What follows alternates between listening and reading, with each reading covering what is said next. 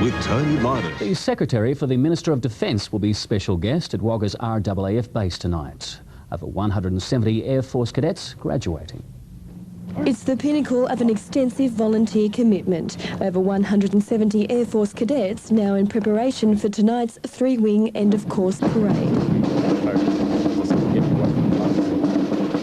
The Secretary for the Minister of Defence taking the role of reviewing officer for the first time. The cadet movement a multi-million-dollar commitment.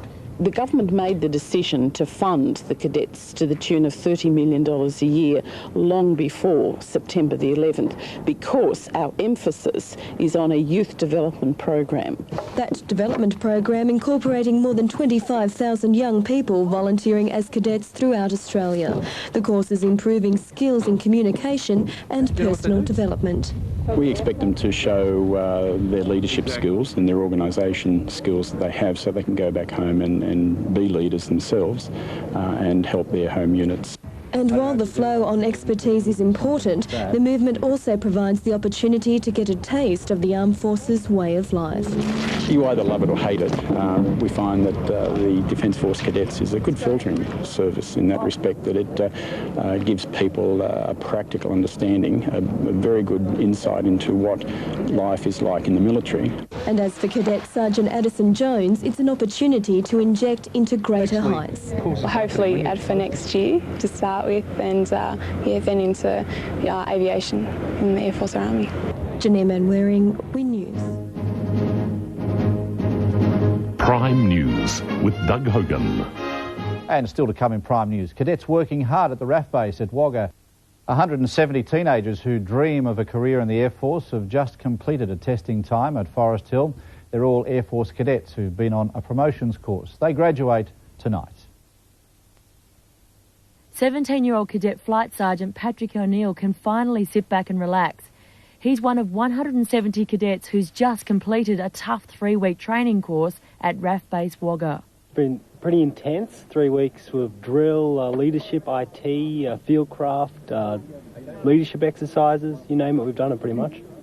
14-year-old leading cadet Donald McKenzie from Wagga says it's been a learning curve. It's been great. We've learned a lot of skills and qualities and stuff that we learn, leadership, instruction technique. Cadets from all over New South Wales took part. They came from as far north as Lismore, and the cadets had a special visitor on their final day. Outstanding group of young people, they really are. I've had the opportunity and the privilege to speak to a number of them. And all the hard work is finally over. Tonight, each and every one of the 170 cadets will be involved in a special parade to mark the end of a 3-week intense training course. Finally, after 3 weeks, we'll be graduating and then we can all go home and relax a bit. It should be good.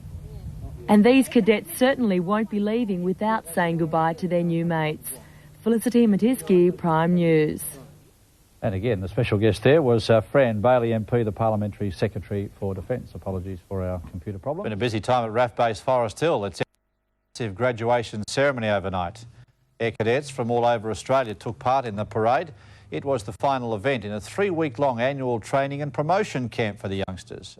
More than 170 cadets took part. During the past 3 weeks, cadets have been involved in a wide range of training activities, including hands-on experience in real planes. These cadets will take important new skills back to their respective cadet units across a wide area of New South Wales.